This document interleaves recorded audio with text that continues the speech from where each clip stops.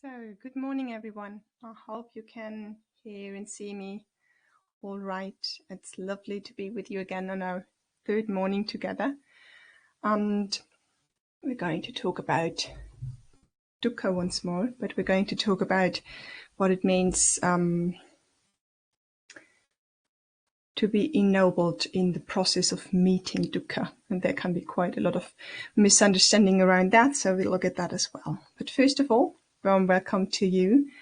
And the usual small reminders that there is a checkbox running where you can say hello to each other, and also write in there any reflections on the past days, anything you might have come up with in your daily life, or reminding questions from yesterday. If you want me to read them and respond to them, it would be very helpful if you just write something in capital letters, and then I will know to respond to that. And if you run into any technical issues as well, please put that into the chat box, and some member of the Sangha might be able to help you. And I might be able to catch it if something is off with my mic or with my camera as well. So we're going to have an impulse for this morning. I'm going to talk for about 15 minutes in the beginning, and then we're going to have a good 25 minutes of practice. I try this week to offer you a lot of practice. We did last 2 days, mostly compassion practices. Today we're going to do or shift the focus a bit to forms of appreciation, mudita practice there. And at the end, last 15 minutes, we're going to dedicate to your reflections, sharings, insights on the theme today. And please, if anything comes up like a resistance or something not working well, please write that as well. There is definitely space for that too. Okay. Having said all that, let's dive into the theme for today. So you might be familiar with the term noble truth. And someone might just wonder, having talked all day long about dukkha, whether dukkha, suffering, challenge, is actually noble. Yeah, and we need to have a good look at that idea. Let's go back to what the Buddha actually said, which is Arya Sakkam. Arya Sakkam is a compound of two words. Here we have the word Arya. And the Aryas were a noble caste in ancient India in the times of the Buddha. The Aryas, you might have heard that term in a completely different context, because the Nazi later used this term Arya to create this idea of nobility, superiority in the sense. And unfortunately, misusage of this term. Originally, it was used to mark nobility, being distinguished from the everyday and the mundane. Something I would love to use the term beautify something rather than this context of superiority, because there is the comparison right there. So to beautify our potential as a human being. We have beauty within us. We have, and you all know that, and from yourself and from others, beautiful potential. I sometimes see people, and I notice when my heart is wide open, that I can notice these beautiful potentials in other people. And I'm just so amazed sometimes what people can do for each other and with each other. Their potential for compassion and patience and all that. And that is, a form of beauty within us. So this is how I would like to interpret this term. And in Arya Sakkam, there is this second term, Satcha, Sakka, which is used to describe something or concept of truth, effect which beautifies, effect which has the potential to beautify. Now, if we build together a hasty, not well thought through translation of this concept, we could end up in the misunderstanding that suffering is noble. Experiencing dukkha is noble. And I find that a coarse misunderstanding. It's of course not. It's not that if you suffer and put yourself through a lot of suffering that you get ennobled. Quite the contrary. If the suffering, the friction, the hardship we're confronted with is too big, is too traumatic, is too intense, we will end up eventually in our reactivity. Our heart minds can't contain that much friction, pain. So it starts to protect, and it starts to lash out or to withdraw. It starts to ignore or do all those things out of a wish to keep safe, keep safe the being. So it's not noble to suffer.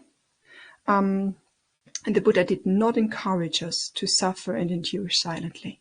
That is not the teaching of this week, to suffer better and suffer silently. The path his whole teaching actually would not make much sense if it was just one of, learn to endure suffering. We have all these encouragements in his teachings to change something, change something. With a spark of wisdom, with a spark of wisdom, knowing what to change, Sometimes it's not the situation which is the appropriate thing to change, but maybe our perspective upon the situation or our relationship to the situation, So there needs to come in the wisdom, but it's not a path which says, just endure silently. And so it's not so much that suffering ennobles, but the way in which we meet suffering. The way in which we meet suffering, which brings up the beautiful potential of the heart mind. So unfortunately, again, we have some cultural bias here, I think, some of us, and saying, well, imagine a noble way to meet suffering. And maybe for some of you, what comes up based on your background, culture and tradition, we might link this idea of noble way to meet suffering to the old archetype of the martyr. Now, I don't know how to pronounce that correctly in English. M-A-R-T-Y-R, the martyr, like the one who does self-sacrifice, while passively accepting the pain. It's just the receiving. And we think of this being noble. And we might have tried in our past to just accept the suffering and being noble by doing so. And you might have noticed that after a while, your heart mind gets fed up with it. It goes into overdrive. It goes into self-protection. And boy, can the backlash be intense at times. Phases of self-sacrifice usually end up with a swing in the opposite direction, and with equally as much pain as before for yourself and others. So what is meant? What can we understand by a noble way to meet suffering? And rather than going into a lot of theory here, my question would be, have you ever met a situation, a person, where you said, yeah, I know this person is suffering right now. That person has a hard time. That person is meeting challenge and difficulty. And I appreciate, I see the beauty, I see the wisdom in their way of meeting suffering.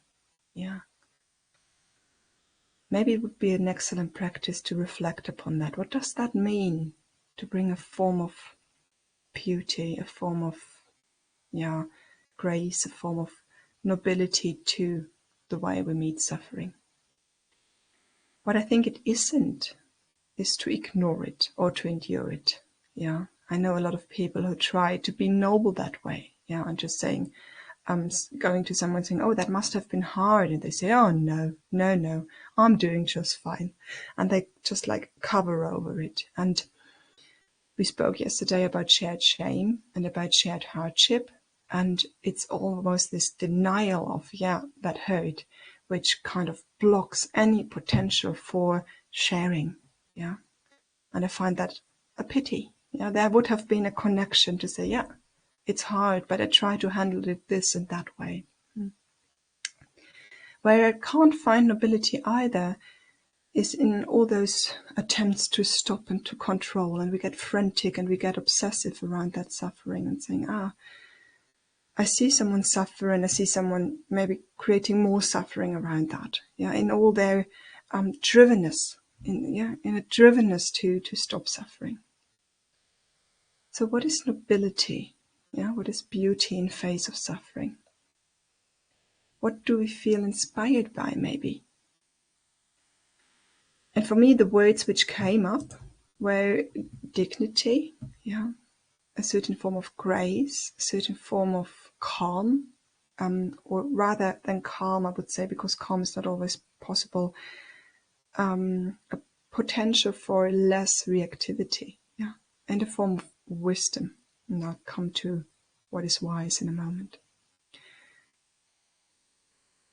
An awareness of the suffering, yeah, someone who is fully aware to saying, yeah, this is hard. I'm not denying the truth of this situation. This is a challenging moment for me. And then not blindly responding to that, to say, this is a challenging moment for me, and knowing that, just simply knowing that, this was what the Buddha suggested, some space is created around it. Yeah. I find that always when I shift this perspective to truly, really knowing something, yeah, saying, yeah, this is hard, like standing in the kitchen and having a moment of friction with my two beloved children, just knowing that this is hard, it's almost like the perspective gently changes from being consumed by this moment's suffering to having almost like some perspective around it. Knowing it creates this perspective around it.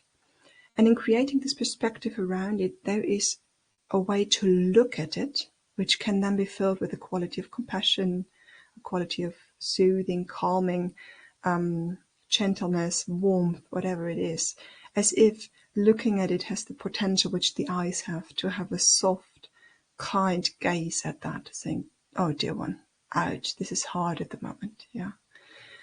And this is, yeah, the spaciousness I'm talking about. And what comes up for me here is that in this moment, then there is also the perspective change, saying, I'm more than this suffering. Yes, part of me is in this role as the mom with the two kids running havoc at that moment, and all the frustration which wells up with that, and maybe the storyline which wells up with that.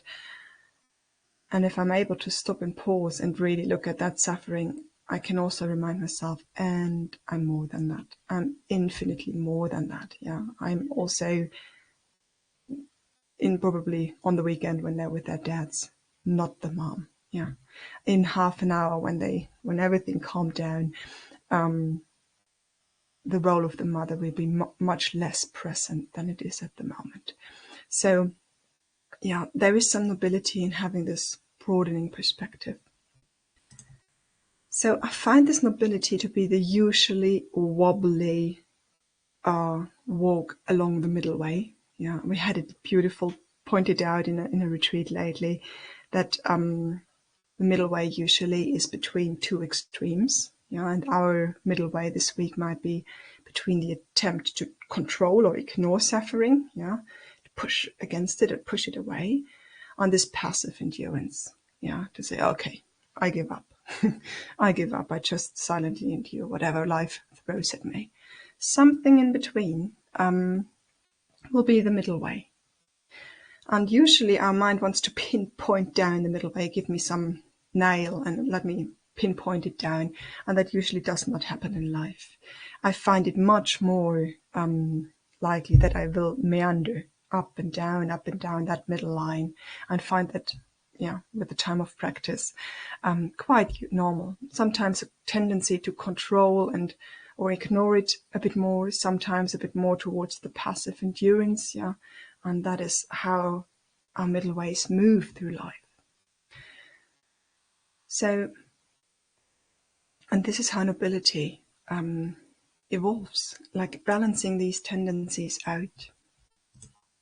And as I said, the Buddha encouraged that the first step to, bring up this beauty of the heart is in actually truly understanding suffering, we had this question, I think on the first day we came together, when someone asked, what should I do about suffering and how can I be more patient with it?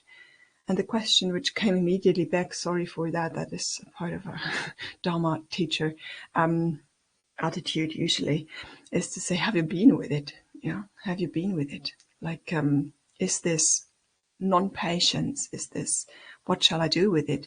Is it a question of, well, I don't want to be in touch with it. Yeah, I can't hold it for very long. So the mind is constantly to ask, and what are we going to do with it? Yeah. Have I met this suffering?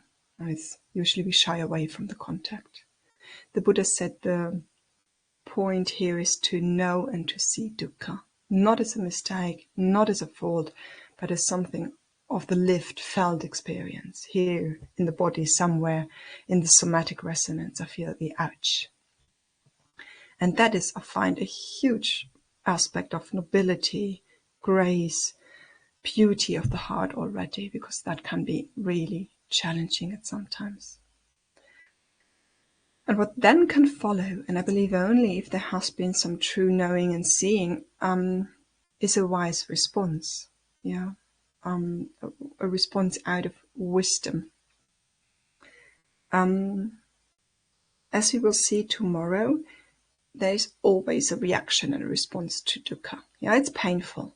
And what is painful is demanding. And what is demanding, the heart mind reacts to. Very easy equation here. Yeah. But rather than impulsively rushing into a program, to have enough spaciousness created through this knowing and seeing, let me stay with that. One inhale, one exhale. How long can I stay with it without overwhelming myself? To then go into a wise response. And a wise response is to say, well, what can I do about this suffering? What options do I have? The difference between a response and a reaction is that a reaction is often only there to get some emotional charge off the chest. Yeah, I don't want to feel this. I don't want to feel this longing. I don't want to feel this wanting. I don't want to feel this being pushed. I don't want to feel this feeling of being pulled. Yeah, so I'm going to do something about that. Yeah, unpleasant feeling pushes us into action. And if we develop the capacity, and I think we do this all day long if we practice meditation and mindfulness and along this path, is to accommodate this unpleasant emotional charge and create some spaciousness around it. To say, okay, that feels awful. And I might need to feel this awfulness and then also the spaciousness around me. I might need to feel this awfulness and other parts in the body which feel okay to be able to be with this awfulness. Yeah. So a whole field of practice here. But as soon as I can hold it, I'm not so much pushed by it anymore. Yeah. And that I find noble. I know how hard that is. That might sound in theory also easy. Yeah, just be with it. If it were that easy. Yeah, and sometimes just be with it is the wrong advice even. To practice that and to come into touch with this unpleasantness. Yeah, to come into touch and meet it and be with it. I find that is definitely a form of nobility. Yeah, to have the readiness to do that. And when we do so, wisdom can truly arise. Wisdom is not some lofty thing old man in some cave in some Buddhist country have and you don't. Yeah, wisdom is the good human sense of knowing what contributes to suffering, this specific suffering in this moment. What contributes to it? What is it made out of? We are now deep in the realm of dependent arising. And can I see the different components of it? What is contributing? Yeah. And what can I? And here the wisdom carries us into action. What can I co-create? What can I have an impact on? Yeah. What are my capacities, my resources at the moment? But without this creating contact with the suffering and spaciousness around it, which are the preliminary steps. Yeah. this wisdom cannot arise, and we are still in the realm of reaction. This is why I think the Buddha said it's so easy, so important to create that contact. So the readiness, our ability, our courage, sometimes it's truly really courage to meet suffering, to meet unpleasant experience, unpleasant inner response in an appropriate, not overwhelming way, please keep that in mind, is noble already. Yeah, it's not something like I'm mastering this doesn't touch me anymore, that doesn't influence me anymore. Forget about all that. Yeah, that is not, maybe not our way. Maybe we will be always touched by something. Yeah, but my readiness and my capacity to meet something, and the courage to meet something, to say, on the last retreat, someone said, I have, and she was meditating for years and years and years, and she said, what really has changed is that I have much more confidence that I can be with this suffering and that suffering and that suffering. Yeah, still not pleasant, still not what she wishes for, but this capacity and this confidence in these in her capabilities, yeah, that has really changed over time. So this courage, this turning towards, that is something which we can really practice with, and I find that really noble. And this readiness to question our reactions to it. Is this really what I want? Is this really reducing suffering for myself and for others? This opening into a habit of I care for this body, heart and mind. I truly, really care, and therefore I'm trying to find ways with it. That is noble too. And so what we're going to do in the meditation now is to really appreciate all the little small attempts in your daily life which you make towards less suffering, because you already do that, and we can beautifully practice with that. Okay, enough talking. Let's shift into a meditative posture, whatever you prefer this morning. Sitting, standing, lying down, walking if you prefer. Sometimes please keep that in mind. We can meet our dukkha best when we keep some movement going. That can be in the walking meditation, that can be in the sitting and just gently rocking forwards and backwards. Sometimes creating too much stillness in the body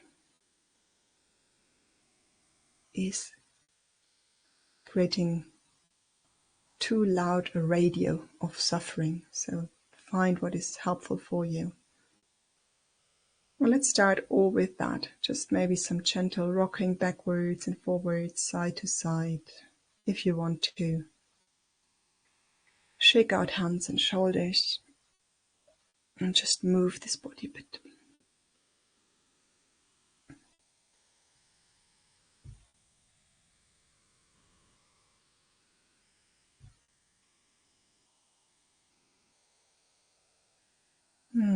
And when you feel like it, just keep moving. And when you feel like it, come to a still body, what feels appropriate for you this morning.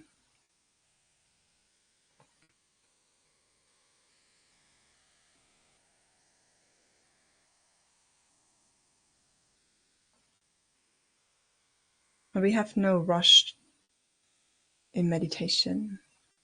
We can just fully appreciate being here this morning. The room you're in, it's my 8:24, whatever your time zone is, morning, midday, evening.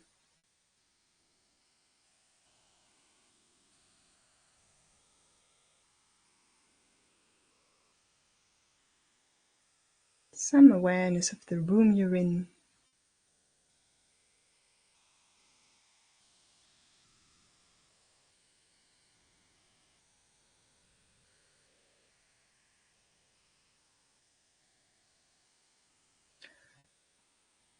And then some awareness of this body, sitting, standing, lying down, walking, moving.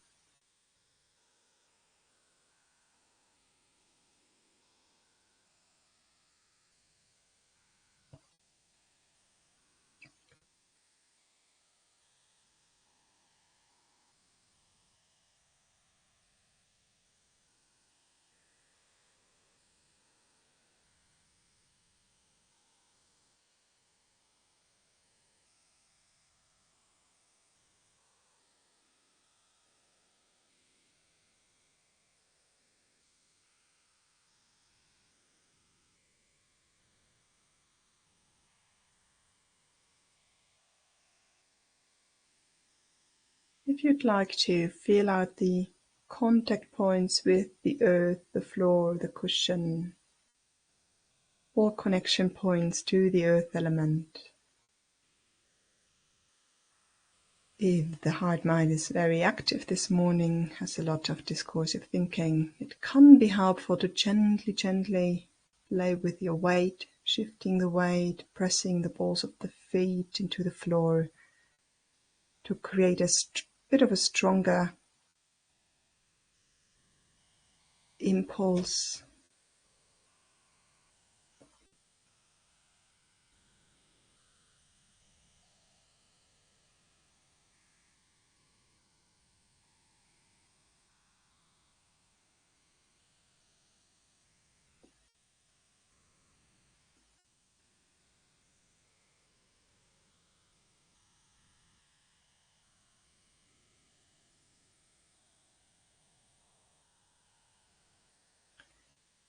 And let's see if you can use these contact points with the floor, the ground, the cushion, the mattress as an invitation to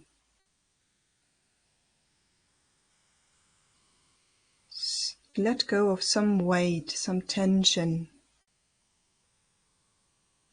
into those contact points. Maybe some of the tension in your body feels ripe and mature, saying, okay, been here long enough. I can dissolve into the earth element. No need to hold that any longer.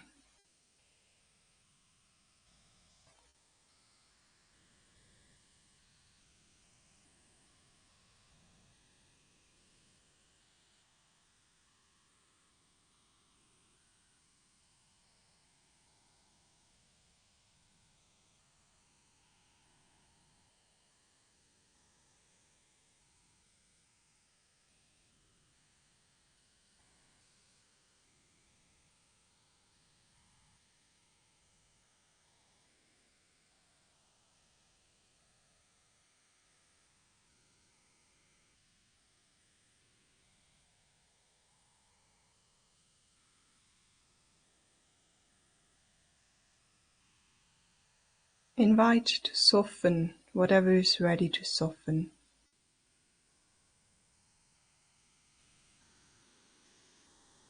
And if there is a lot of mind's chatter, a lot of other activity, tension in the body, allow that just to stay there.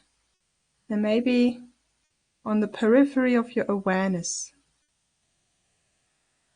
the rest of the body can start to gently soften.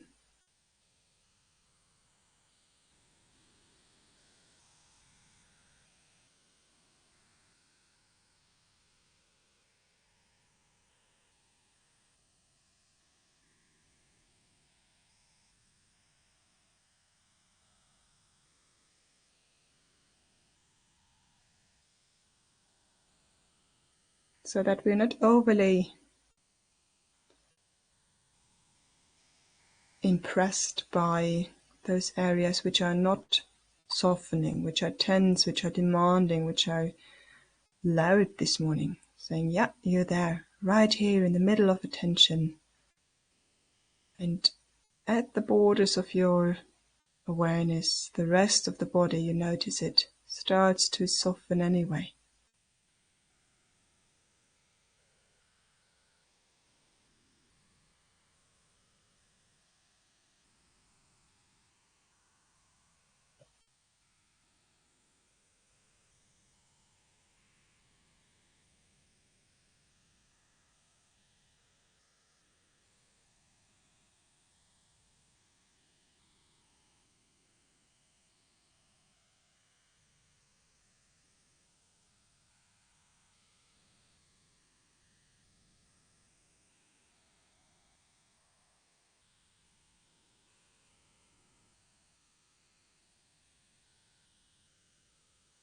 For some of us this morning, it might be very helpful to tune into the spaciousness around this body, in front of you, behind you, to the right and to the left.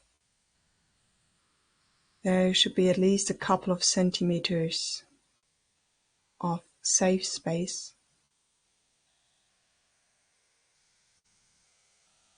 There's nothing pushing or pulling, nothing threatening or demanding.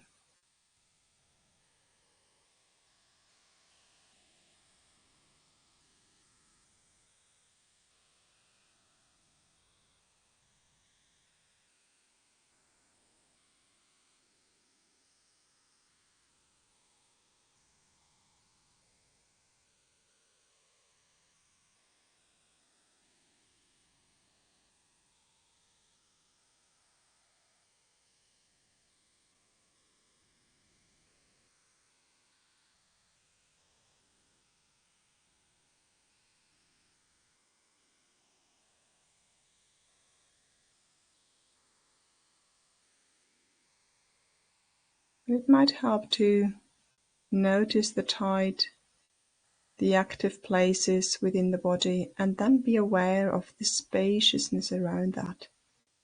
Yes, there is the tightness, and there is above and below, before and behind. Also this sense of room, openness.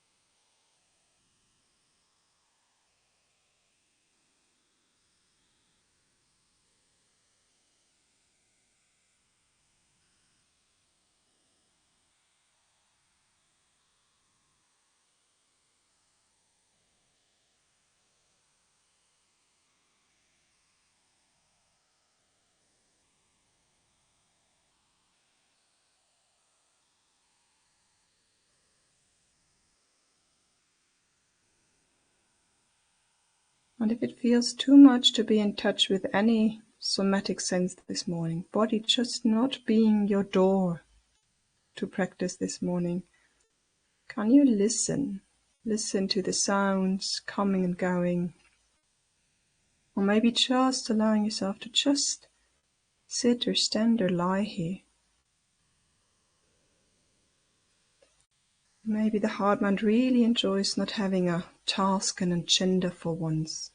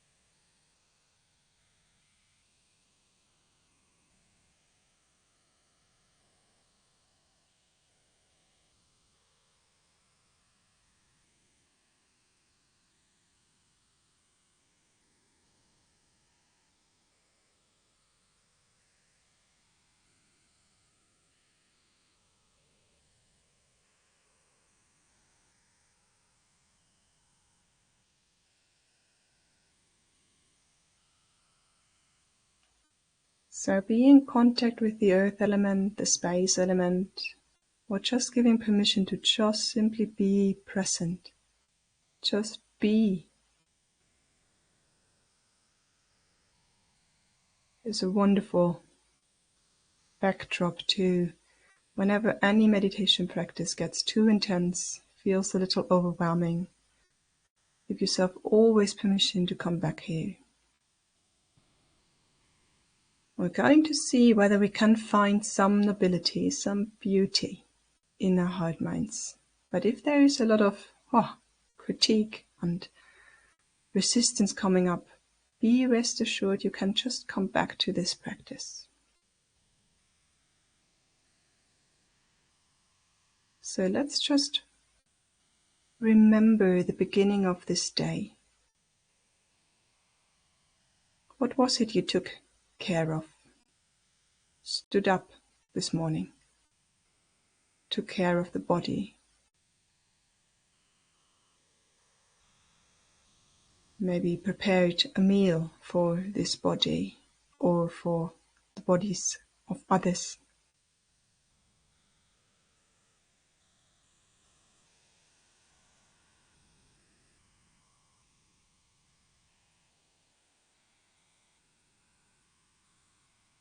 Maybe you didn't quite feel like it. Maybe it was a little hard to get up this morning.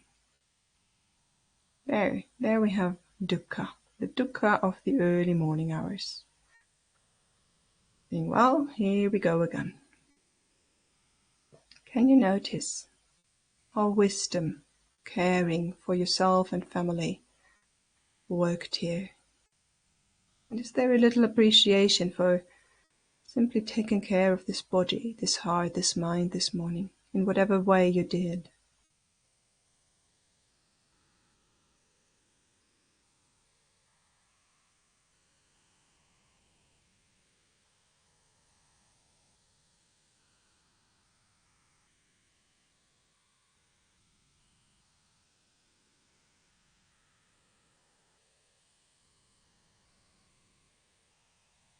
Maybe the critical mind goes like, yeah, well, but that is really nothing. It's just everyday stuff.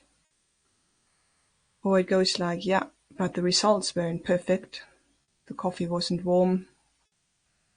And if I'm honest, the washing didn't go as thoroughly as it should have. Go back to the intention.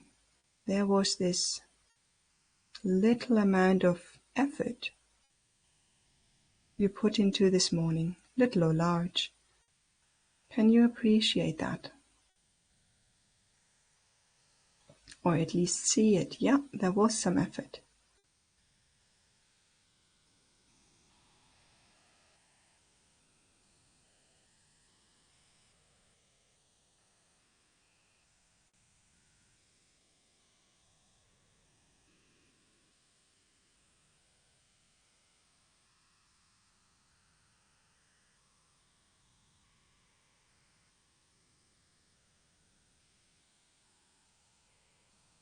And maybe it's not so much like thanking yourself for it, but turning to this heart mind, to this place where this strength came from. This good intentions. Maybe it was just good intentions and it just didn't go as planned at all. But there were good intentions this morning already.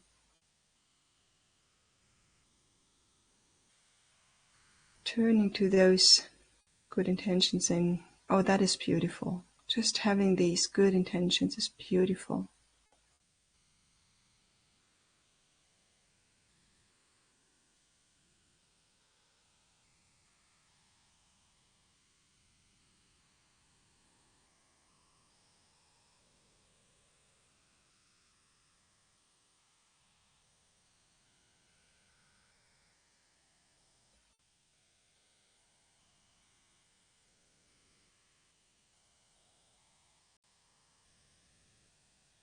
Maybe there is a layer of frustration or sadness around it, saying, well, the good intentions weren't enough. Didn't go as planned. Or there were a lot of good intentions and something came in their way, just feeling that, oh, there is the ouch, the dukkha of frustration, the dukkha of sadness. Yes, that is there, and I can appreciate still the beauty of those intentions.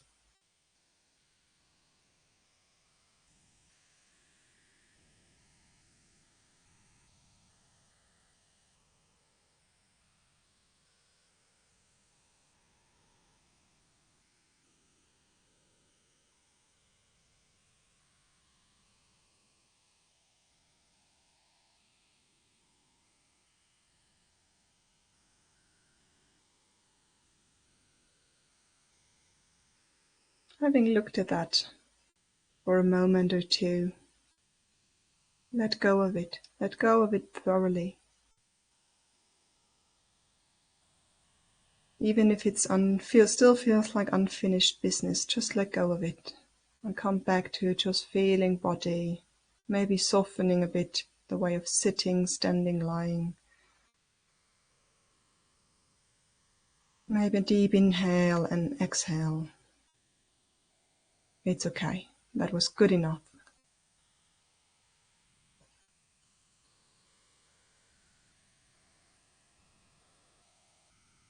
Coming back to the earth element, the invitation to soften the body into it. Coming back to the space around us.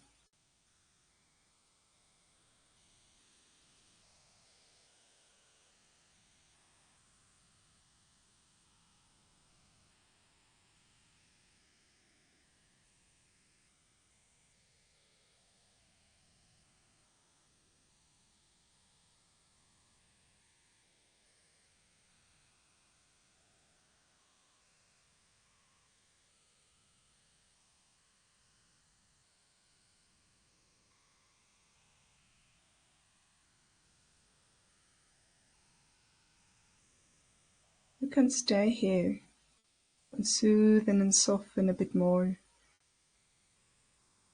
I do one last experiment with me and bring to memory some habit you try to change, some conflict you try to solve, some question you try to find an answer for, some burden, whatever small or large burden it might be. Just bring that question, that situation to your mind's eye. Maybe you notice an immediate shift in the somatic experience of your body.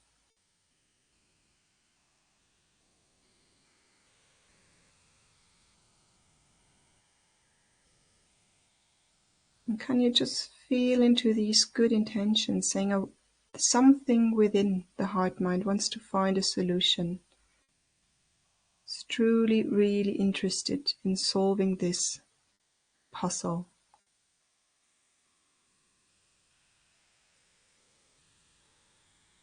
It might be there for years or relatively new. You might have tried again and again.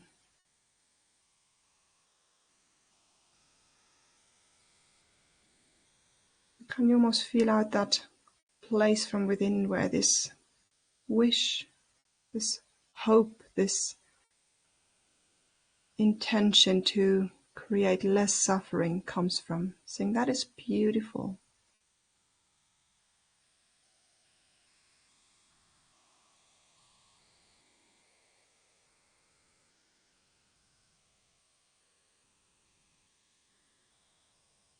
Maybe you come in contact also with the harsh critique of the mind, saying you should have done so already.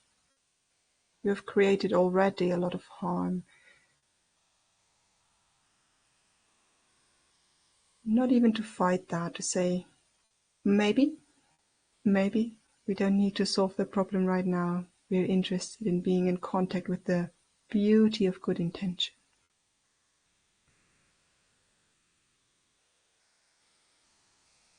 Yes, there might have been unskillful action, and I can also notice, be aware of, feel into the good intention within.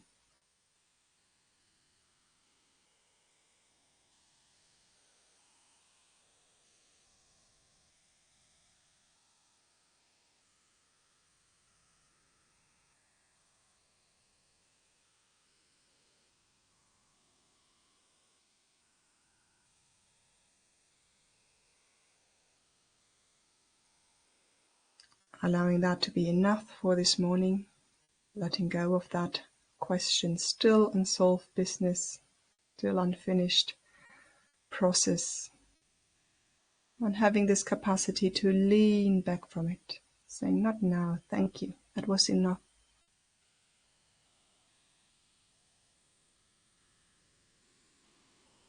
Maybe using a couple of inhales and exhales to soothe the nervous system, to soothe the body.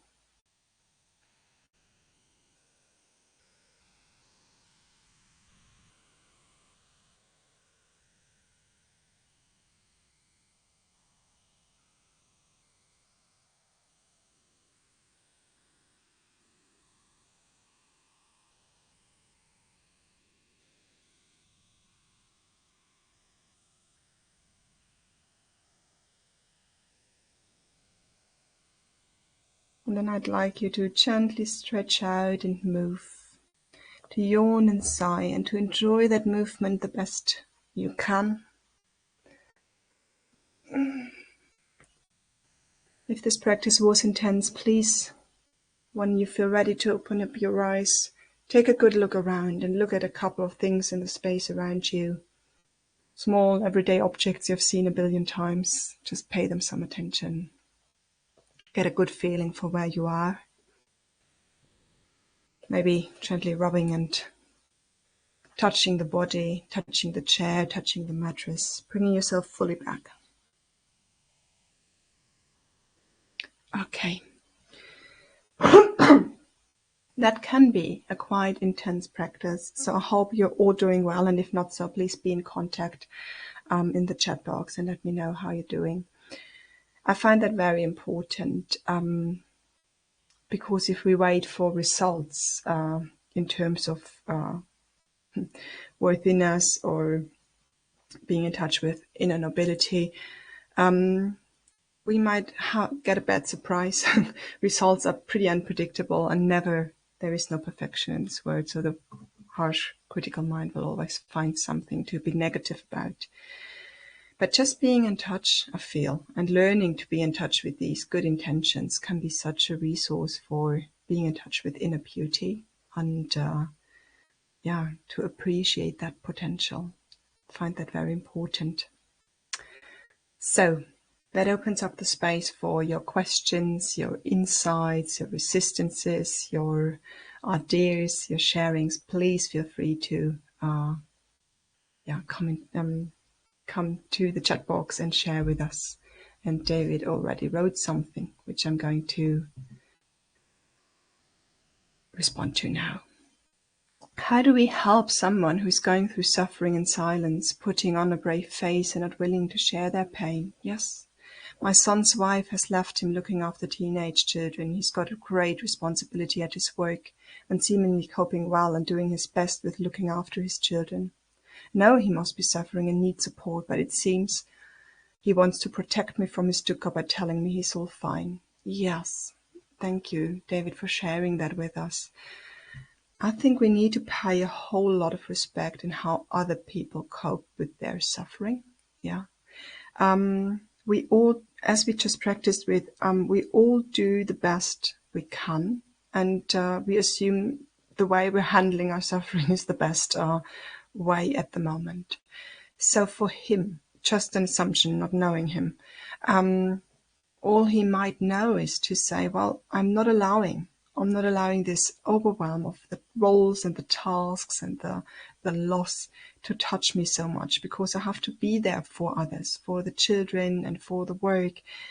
And if it would feel maybe overwhelming to allow all that in, and even admitting that I need help would bring me in a spot where I might feel vulnerable and weak, and then I would have the feeling that everything is just like crashing down on me. that could be one way why some people need this, image of strength, an image of in not being vulnerable, because else they have the feeling it would be completely overwhelming. So can we find gentle ways to offer help? Maybe if he needs this suffering in silence at the moment, not touching upon vulnerability, but maybe it's joyful to be with what I assume are your grandchildren, and maybe you can cook for them, and saying that would be a joy for you, which puts him not in a vulnerable spot. Are there skillful ways to respect the way in which others meet and cope with their suffering? And in this respectful way, maybe sometimes a conversation opens up. Sometimes a conversation opens up. But pushing someone out of their coping mechanisms without them having a proper alternative strategy, I find that almost cruel. Because they do the best they can at the moment. And without an alternative, they are just like we would be pushed into overwhelm. That being said, it has boundaries. Other ways in which others deal with their suffering can have harmful effects on other people. And that is where we usually need to say, okay, stop here. I can see this is your way of coping with suffering, but at the moment you're creating more suffering, not maybe for yourself, but definitely for me. I need to draw a line here. So middle way as usual. Thank you, David. Hope that was something to reflect upon in this answer. Anyone else having something to write or share? How was the meditation? Are you well?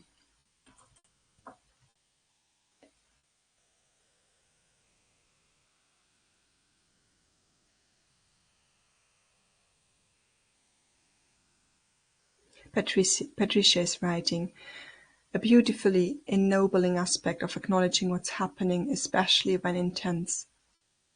As you said, indeed a beautiful intention. Yeah. That is what we have, beautiful intentions. And to be in contact with them can work in two ways. It can bring up being in touch with the beauty which is there, and having some confidence in this heart mind. We're always, especially if we're very ashamed or feeling very guilty, to being in touch with the beauty of intentions can be very healing, to say, well, actually, there is some beauty in there. I can be in touch with it. And it can bring up all those patterns in which the heart stays closed. And that is something to look at over time, very gently, sometimes with the help of another, so that the heart can unfold again. Susan is sharing, I'm going to my mother's funeral this afternoon. I've been dreading it. There are complicated relationships to deal with as well as the loss. During the meditation today, I realized I've been using anger as a protective armor, and today I can turn to compassion towards myself and others instead to cope with dukkha. Thank you for the teaching and the meditation. Thank you, Susan. Here we talk about coping strategies. Sometimes what is underneath the anger is feeling even worse than the anger itself. And it takes some true courage, and it takes some practice, and it takes some step by step moving towards that, so that we can feel this. And sometimes we can only in a sangha and with community. So Susan, first of all, I can fully acknowledge that the loss plus the challenging relationships are something which, of course, the heart mind doesn't want to tap into. And maybe there can be a compassion light there. Of course, it's challenging to go to that funeral. Of course, it's painful. But there seems to be have happened a shift of almost perception towards that. Now that the suffering stands in the middle, the compassion has arisen. And to say that, well, the complicated relationships might be there because of all of our coping mechanisms with suffering. And I can see the suffering of the other causing quite a lot of unskillful behavior. And maybe you can hold both. The need to set boundaries and this compassionate view. That is quite a middle way to wobble around. But yeah, may you keep that compassion in your heart, mind, and may we be able to support you in doing so. Thank you.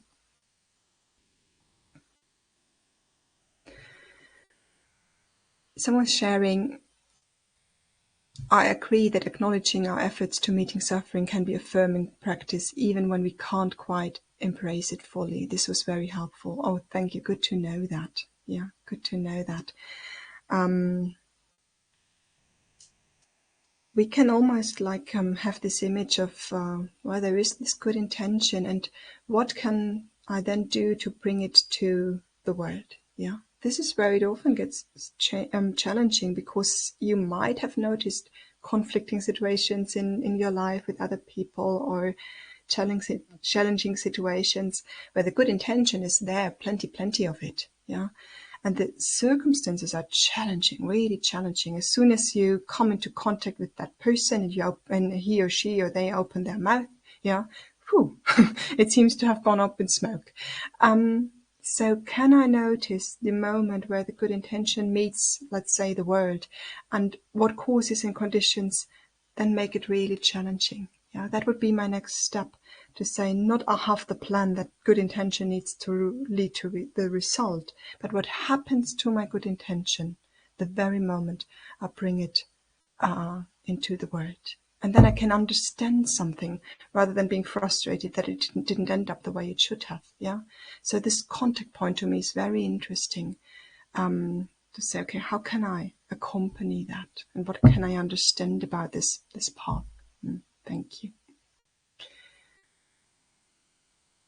Yeah, David is sharing that he has the utmost respect for his son, and even more so that he cares that others shouldn't share his innermost suffering.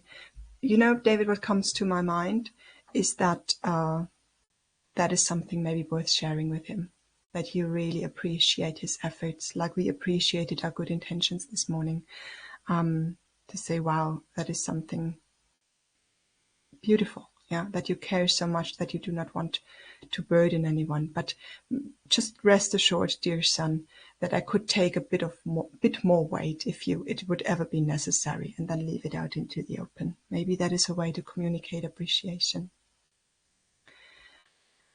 Lois, yeah, is sharing that she's feeling with us and has compassion and maybe appreciation for all the beautiful qualities arising in her. Thank you so much. Tomorrow we're going to talk about perspectives and qualities which can help us to meet the suffering. Yeah, diving deeper into a support network. We don't need to meet suffering unprepared, and this is what we're going to talk about tomorrow. And if you would like to, George just shared the donation link, and as usual, we're very grateful for all your support in whatever way it comes to us, to me, and to Sangha Life. Thank you so much for being here this morning.